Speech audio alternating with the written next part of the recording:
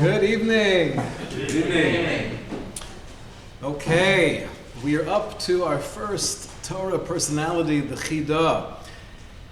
There is so much to delve into, and the goal is not to go through an entire history lesson.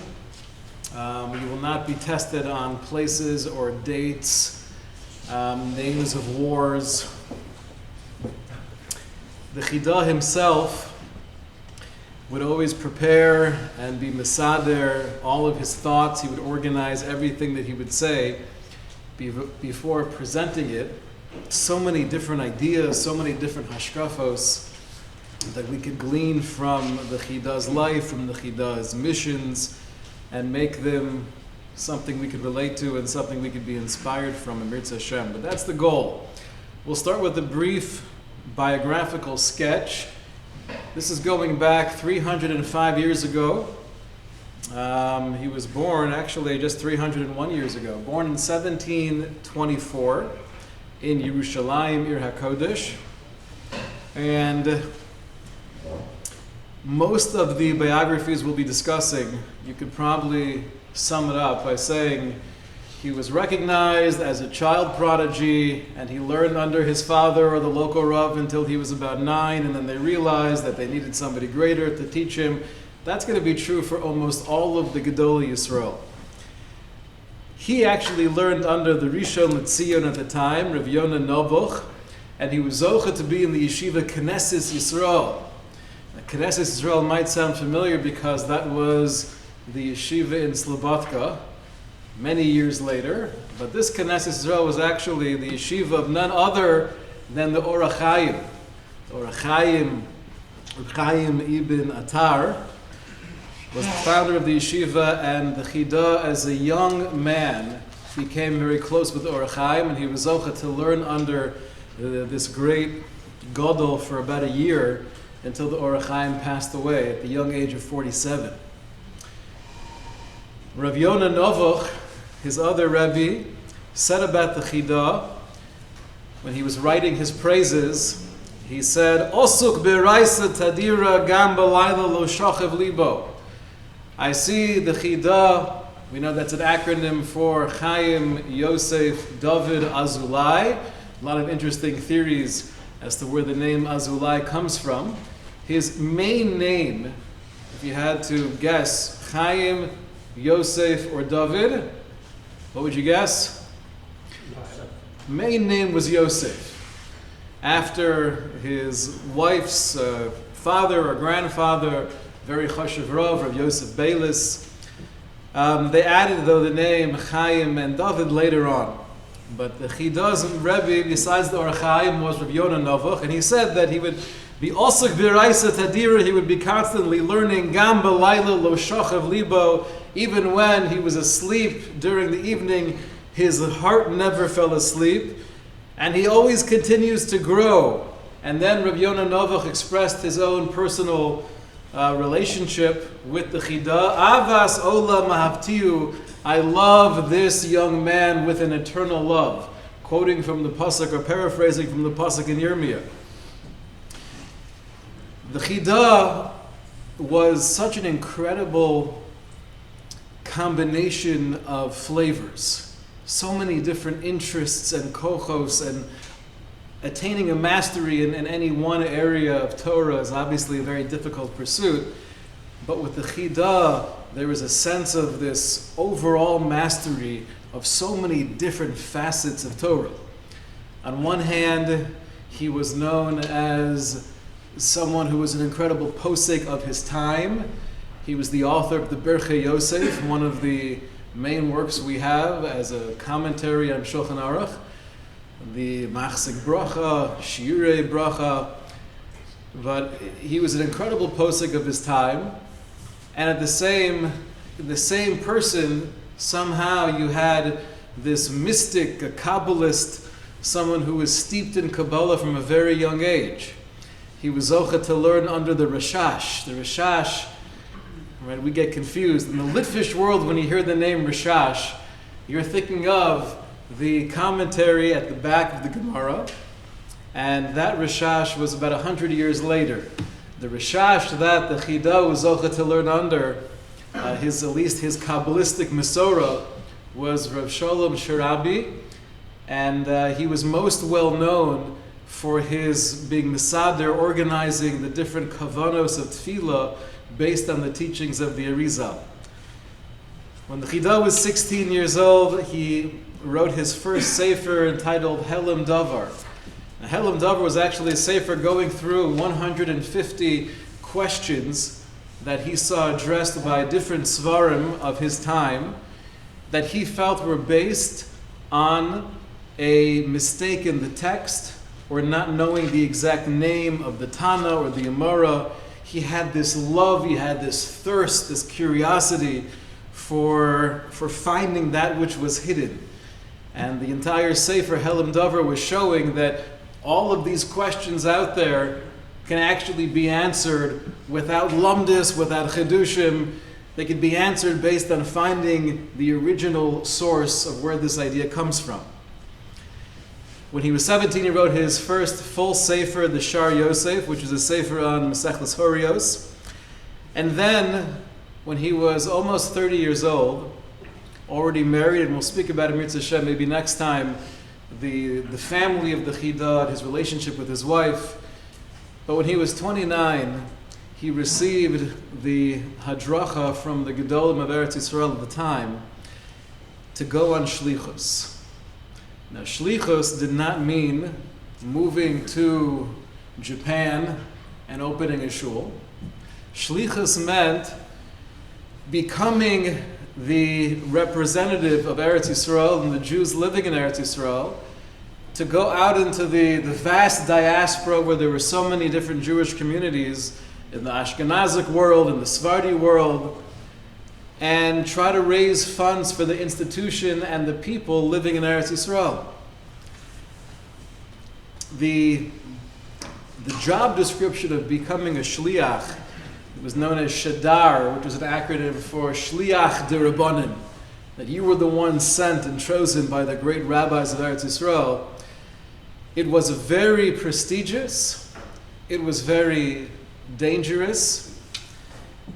On one hand, you have the opportunity of contributing and building Eretz Yisrael and supporting all of the Torah learning and Torah living taking place in the land. But at the same time, you can't just jump on a plane, go away for a couple of days, and then come back.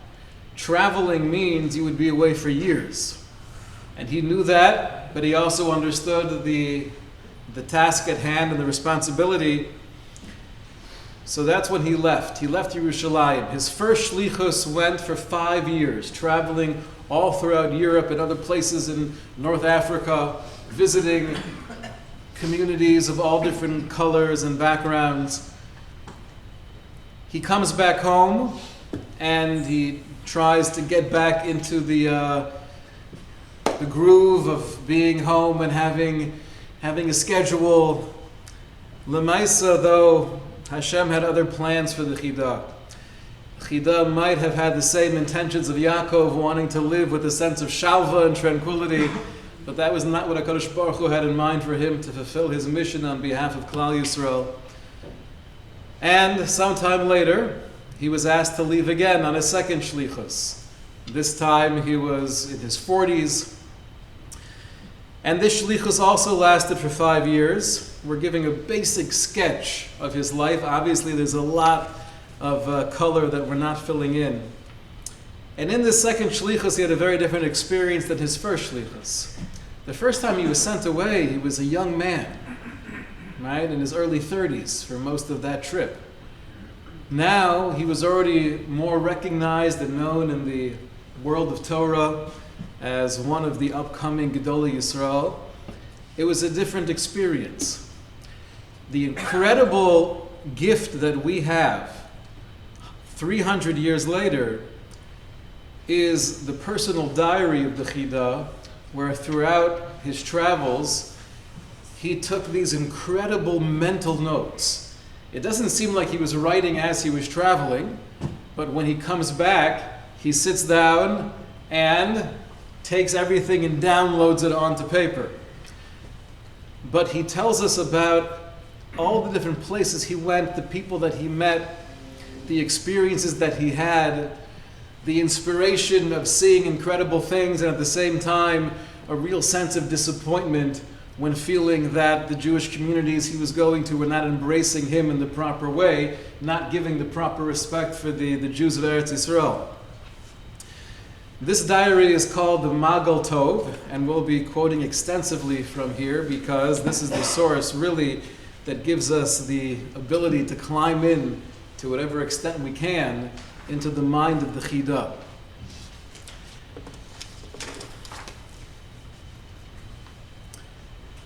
The Chida is described by people who knew him as someone, we have one particular source quoting from first-hand testimony, people who were alive in the 1700s. They would describe the Chida as someone who was beautiful, who was noble, who was regal. There was a real sense of godless Adam, to the point where when he would travel and he would interact with nobility, he would interact even with, in one particular case, the King of France, there was this assumption that he was the ambassador of an entire country. That was the energy of the Chida. Now, part of that was natural, and part of that was strategic. He took his job very seriously, and he felt that if I'm representing Achenu Beis Yisrael living in Eretz Yisrael, I have to come before our fellow brothers and sisters in the diaspora in a way where I'm representing Torah in the most respectful way.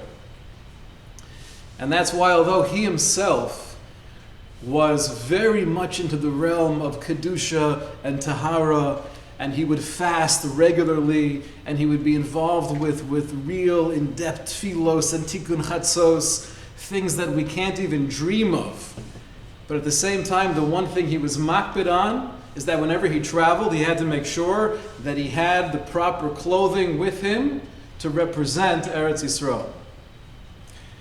In this one description from the Sefer Toldos Gedolei Yisrael, this is an incredible Sefer going through different personalities, Gedolei Yisrael living in Italy.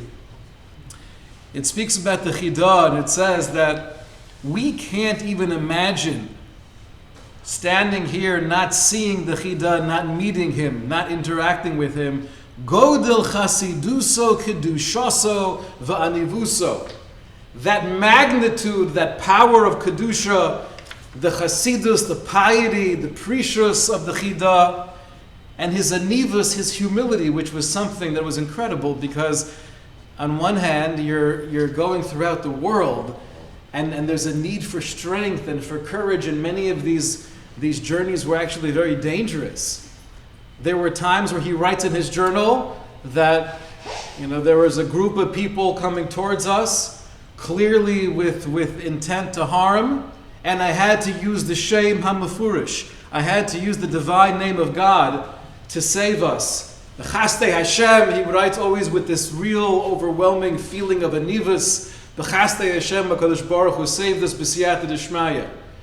But what he's also telling us is that he was a Kabbalist on the level where we're not talking about Reb Shimon Bar Yochai going back almost 2,000 years. We're talking about somebody that lived 300 years ago that had such a connection with HaKadosh Baruch Hu that he could use one of the holy names of God as a form of protection for himself and those traveling with him.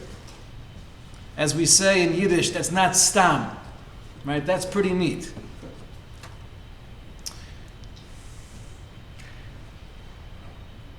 One facet of the Chida's personality is that although he was living in this official capacity as being a shadar, shliach de Rabbanan on behalf of the Jews living in Eretz Yisrael, he never wanted to take on the role of being a Rav, of being a manhig, of being a dayan.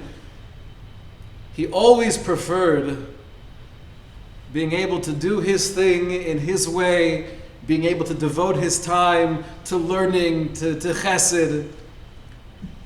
He's described, again by the Sefer Gedolei Yisrael Be'itlia, Shehaya Yoshev Kol Hayom V'Chol Halayla Bebeis Midrasho, that at least when he was home or after his 10 years of traveling, he would sit all day and all night in his beis medrash, writing svarim, learning. V'gam hayim mekabel b'sefer panim yafos kol mi shayaholech lekabel panav, and he would greet everyone with a sense of warmth and love, with a smile.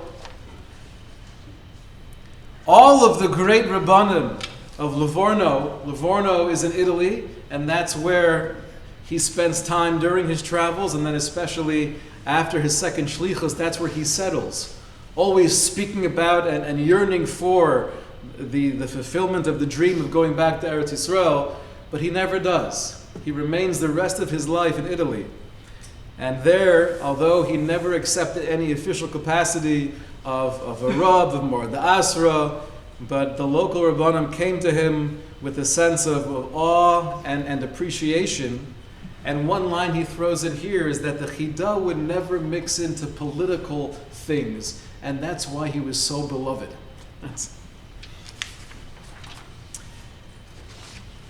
Now the name Yosef.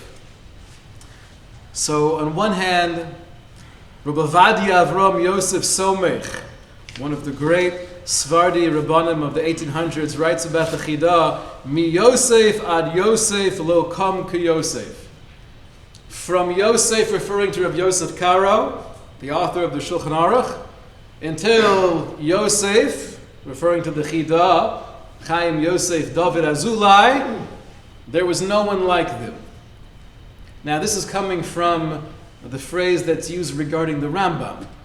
Mi Moshe leMoshe, from Moshe Rabbeinu, from until Moshe ben Maimon, there was no one of that stature. However, Yosef Karo, Harab Yosef Karo, the author of the Shulchan Aruch, was not the first Yosef. What I personally found intriguing is that if you look into the way that Yosef HaTzadik is described throughout Chumash and throughout Torah Shebaal Peh, there seems to be this very close connection in how the Chida is described. Just for example, Yosef HaTzadik is said to have been very handsome, Yifei Toar, Yifei Mara, Yetel of Chesed v'yitno chino. There was a chen that Hashem bestowed upon Yosef HaTzadik. He was an ish matzliach, someone who had this ongoing siyata d'shmaya to be able to succeed in all areas of life. And then the bracha that Yaakov gives Yosef before passing away is Ben Paras Yosef, Ben Paras Ale Oyin, Bonos Tzoda Ale Shur. That you're this child of grace, where people are so attracted to you because they sense there's something special, they just want to see you. I just want to see you even from a distance because I'm being yonik, I'm getting some level of spiritual nutrients just by allowing my eyes to gaze at this level of Kedusha.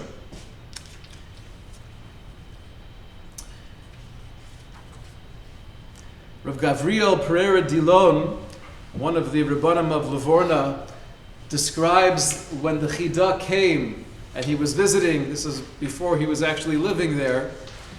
He says, when the Chida came into the city, he was beautiful and crowned with Kedusha. And when he arrived, fathers and mothers and children ran out in joyous voices and great love to meet him and bow before him and called out, "Come with joy, we are servants to our master." A little glimpse into the chen that the Chida had. The Chida was beloved, and we know the Mishnah tells us, Kol sheruach habrios nocha hemenu, ruach hamokom nocha hemenu.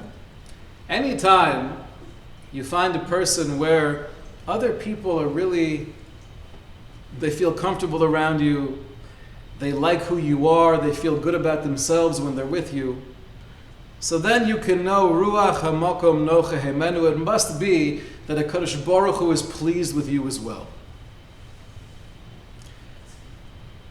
If you're not liked by people, so then the Mishnah says the converse is also true. Ein ruach hamakom nocha hemenu. It must be that HaKadosh Baruch Hu is not that pleased by you either. So the obvious question is, just because somebody likes you doesn't really serve. It might, but it's not mukhrach. It doesn't have to be that the fact that we all like you is a proof that Hashem likes you. Maybe the reason we like you is because you're flattering us and you're doing everything to be a crowd pleaser. And you're just going with the show of whatever time and place you live in, knowing what people are into. How can you tell me that just because people like you, that's any indication that HaKadosh Baruch Hu is happy with who you are? So writes the Orcha Sadikim, and I think this applies to the Chida, and I think this is one very important hashkafa that we could work on ourselves. The Orcha Sadikim writes, if a person is trying to rationalize why I might be bending or compromising on my values in order that other people should be satisfied or happy with me in order to gain some form of external validation, and the way I'm rationalizing that is, well, the Mishnah says, if people like me, that means Hashem likes me, right? So this is all good, it's okay. It's okay to bend the halacha a little bit. It's okay to maneuver the hashkafa a little bit. Says the Orchat Tzadikim, Im Adam lo yishal lifnei b'nei Adam. What the Mishnah means to say, when can you look at the fact that others like you and others feel good about who they are when they're with you? When can you look at that and say, this is a pretty strong indication that HaKadosh Baruch Hu is happy with me? Im ha'adam lo yishal lifnei b'nei Adam. Only in a case where I'm not trying to make you like me. Lo yishtadel limtzochein beineihem ba'asoso masav hatovim. I'm not trying to get you to admire me, that you could see all of the amazing, incredible things that I'm doing. That's not my kavanah. I don't have that insecurity that I need you to be machshav me. Va'afal pichein ohavim loso.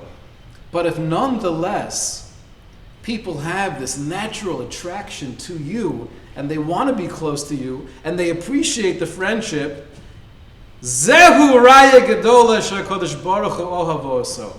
This is a pretty strong raya that Hashem loves you. The Chida's job was not to go out and just make people feel good. As he writes in many places throughout his journal, he gave tochacha. He would get up and give drushas all the time in hundreds of different communities and bate kinesios, bate midrashos. And often he would pick up on what he felt to be a hisrashlus, a weakening of commitment, a lack of sincerity. And he would go for the jugular. He would speak about it. And he had that ability to do so because he wasn't their rabbi. Right? So he had more flexibility. I'm going to leave anyway tomorrow, so if you don't like me, that's too bad. There's one passage in his diary where he speaks about giving tochacha, and it sounds pretty harsh the way he describes it, but he also shares with us the results of his tochacha. This is in the bottom of page 4. The paragraph before speaks about somewhat of a dangerous and frightening journey into this town where people were yelling at them and mocking them, intimidating them. And when we finally reached our destination, there was no one to receive us. The hour was late for davening mincha, so I said, we have to go to the Beis Knesses and daven mincha. By the time we got there, mincha was over. And also Mariv was over. And we were waiting there, and there was still no place to lodge. As we came out of the synagogue, we came down at first to an empty house close by with open windows. And it was winter, and it was cold. Now a number of people had accompanied us, and I asked, meaning people from this town are together with the Chida and his group, So the Chida asked the following question: who's the head of the community? Who's the parnes here? And one of them answered, I am. Chida said back, woe to the generation that you are its parnes. Wow! Right? I feel bad for the people that you represent because clearly you're doing a poor job as the leader of the community. Is it right in your eyes to dishonor an emissary from the Holy Land like one of the yokels? There's no fear of God in this place, quoting Avraham Avinu. Right? There's no Yiras Elokim here. And similar words of rebuke against sin. This is what I shared with these people. So even before Shalom Aleichem, my name is Chaim Yosef David Azulai, and I come from Eretz Yisrael, the first thing I'm going to tell you is, you got to improve. You're in the Parnes over here? Lo zu haderech. But my words said in a gentle manner were heard, and the words entered them like the venom of a serpent. Then he called me into the house. Now it's interesting here in this particular English translation, which might be the only English translation of his diary, you get a little bit of a feel, and I tried photocopying the English as much as possible when I was able to find where it was in the English. Otherwise, we just have from the actual Hebrew.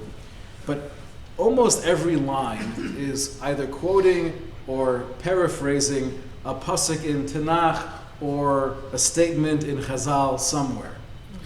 Right? So to really appreciate any phrase of the Chida, when you're a master of Tanakh, Torah Shebichsav, and Torah Shebal Peh, then you could read through it with a deeper appreciation and even some humor. Anyway, so he says, they invited us into their house. I first expressed some hesitation, but then finally I went with him to the house. And then he says, and I read a book that I found there, Tomer Devora, by the Ramak, by Ramosha Cordovero, of blessed memory. Now this is one thing we find throughout the diary, is he shares with us his experience. In this case, he's telling us a conversation that took place. He's letting us know that he felt it was the right thing on behalf of the kavod for Eretz Yisrael, even though he was mamish and onav. And there was nothing here that he was taking personal, and I feel insulted, or I feel that you're not machshav me. It's clear from all of his letters and all of his writings, it was about the kavod HaTorah and the kavod of Yidden in Eretz Yisrael. And therefore, I had to say something, and I didn't hold any punches. But I said it in a gentle way, benachas. So somehow he was able to give very strong tochacha, where he still describes it as if the words entered them like the venom of a serpent. But because it was benachas, meaning to say, I think this is the interpretation, because they saw it wasn't coming from ego. It wasn't coming from a personal place of insult. It wasn't coming from a sense of insecurity. It was coming from a place of strength and real humility. So I said it in a very gentle but clear way, and they got the message immediately. And then he throws in the line, and I saw Tomer Devor in this particular place. This is one of the greatest contributions that we could relate to of all of the work of the Chida, is the fact that when he was traveling, what did he do? He went to every single library throughout Europe. And in all of these massive places, they had sometimes a few, sometimes hundreds of manuscripts, going back to the times of Rishonim, sometimes manuscripts of the Talmud that he speaks about. And he would take note. It seems that he had a photographic memory, because the way he writes about the Svarim that he saw, I don't think he was taking pictures with his smartphone. But it was clear that he said, I saw this particular edition of the Talmud that was printed in the later 1500s, and I flipped through the first 40 pages or so, and I realized that on Daf Ches and Daf Yud Zayin, there's a different nusach than the other Talmud Bavli we have, and he would take note of that. The reason that I wanted to start our journey through Gedolei Yisrael with the Chida is because the majority of what we know regarding the Svarim and the personalities of Gedolei Yisrael, we know through the Chida. The Chida was prolific. He wrote over 80 Svarim throughout his life. The ones that are probably most well known, we have the Birchei Yosef on Shulchan Aruch, which is his magnum opus of halacha. And then we have the Shem HaGedolim. Shem HaGedolim is a massive sefer where he goes through 1,300 different Gedolim, all in alphabetical order, giving us an insight when they lived, a little bit about them, and the Svarim they wrote. And then he has, at the second part of the sefer, is going through all of the Svarim that were available, and even those that weren't printed, but they were in manuscript form. He goes through all of the Svarim up until his time in the 1700s. So a lot of what we're going to be discussing, if we're looking at a personality really up before and through the 1700s, our first stop will always be the Shem HaGedolim. What did the Chida say about this particular person? And reading through the Shem HaGedolim, you also get this insight into the multifaceted personality of the Chida. Because on one hand, you see this very, very rigorous, scholarly approach, trying to ascertain exactly when he was born and when this sefer was composed. Was it before or after that sefer? And I saw quoted over here that this sefer quotes that sefer, and this sefer we know was published at this time. But then, in the same paragraph, he'll quote something from the Arizal, telling us Kabbalistic insights into this particular person or sefer. I'll give you two examples. Two examples from his own Rebbeim that he speaks about. We mentioned that he learned under the Rishon LeZion, Rav Yonah Nevoch. He learned under the Orach Chaim, and he learned under the Rashash. So if you take a look at page 5, this is from the Shem HaGedolim, where he speaks about the Orach Chaim. Orach Chaim ibn Atar. Ir v'Kodesh, he came from Yerushalayim to Yerushalayim. V'ani hatzair zechisi v'ayisi b'yeshivoso haramasa. And I, the young one, I had the incredible schus of being in the yeshiva of the Orach Chaim. Ve'enai ro'o gedulas toroso. And I saw personally the greatness of the Orach Chaim's Torah. Oker hare horim v'kedushoso hafla v'fela. The way he was able to uproot mountains of lumdis and chachma. It was incredible to behold. He describes the Orach Chaim as kamayin hamisgaber, like this overflowing spring of chachma, never ceasing. And unfortunately, this was the decree of heaven that he passed away at the young age of 47 years old. Chachmaso nikeres misvarov, you could see his wisdom from his svarim. Ach ze echad me'asara me'chachmaso v'rochav livo. But you're only getting 1/10 of the real depth of wisdom and greatness of the Orach Chaim. The chofef alav kol hayom seder kedusha v'havdalah me'enel mazeh. He was basically flying in a different realm. That's how he describes the Orach Chaim. And then when he speaks about the sefer, we know the Orach Chaim is the name of the sefer, the commentary of Reb Chaim ibn Atar on Chumash, which became, even at its time, during the 1700s, very popular, where it was printed together with Chumashim. You had Chumash, Onkelos, Rashi, and Orach Chaim. So the Chida speaks about the sefer, and he praises it, and he explains when it was first printed. And then he says, V'nis orer zeh. The reason why it was republished and reprinted so many times, Nis'or zeh al yedei sheharabba chassid kodosh Morenu Baal Shem Tov higid gedulos nishmas Morenu Reb Chaim Ibn Atar HaNizkar. Because the Baal Shem Tov, who didn't live much before the Chida, but he says, my assessment as to why the Orach Chaim in particular spread like wildfire throughout the world of Torah scholarship is because the Baal Shem Tov spoke about the magnitude of the neshama of the Orach Chaim that he was able to pick up on in the Sefer Orach Chaim. When the Chida speaks about his Rebbe, the Rashash, Rav Shalom Sharabi, right, the great Kabbalist, the way he describes the Rashash is Echad Kodosh Midorenu Mekubal Mufla. One of the holy people of our generation, he was an incredible Mekubal. Uberov B'kiyuso V'chachmoso Hem Mid Kavanas Arizal.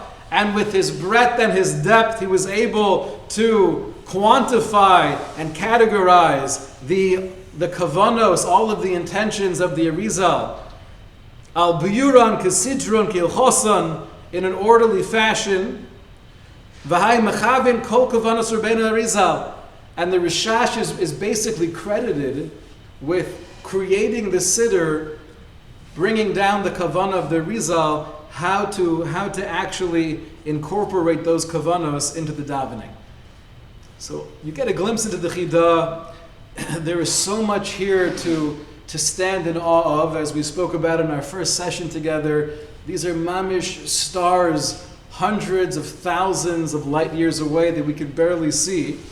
But the goal in exploring the Chida and his journal and the Shem HaGadolim is really to have a better understanding, not just of who he was, but what he represented, and hopefully trying to bring these ideas as a reality into our life. As a preview for next week, we're going to jump into the curiosity of the Chida. There was a sense of reverence for Chachma, always looking to understand the world around him, even outside and beyond the realm of Torah. There is an appreciation for beauty, which you find many times in the journal. He speaks about these incredible sights and experiences that he had, and he writes about them in great detail. So where does this appreciation for beauty come from? How is this something we could relate to?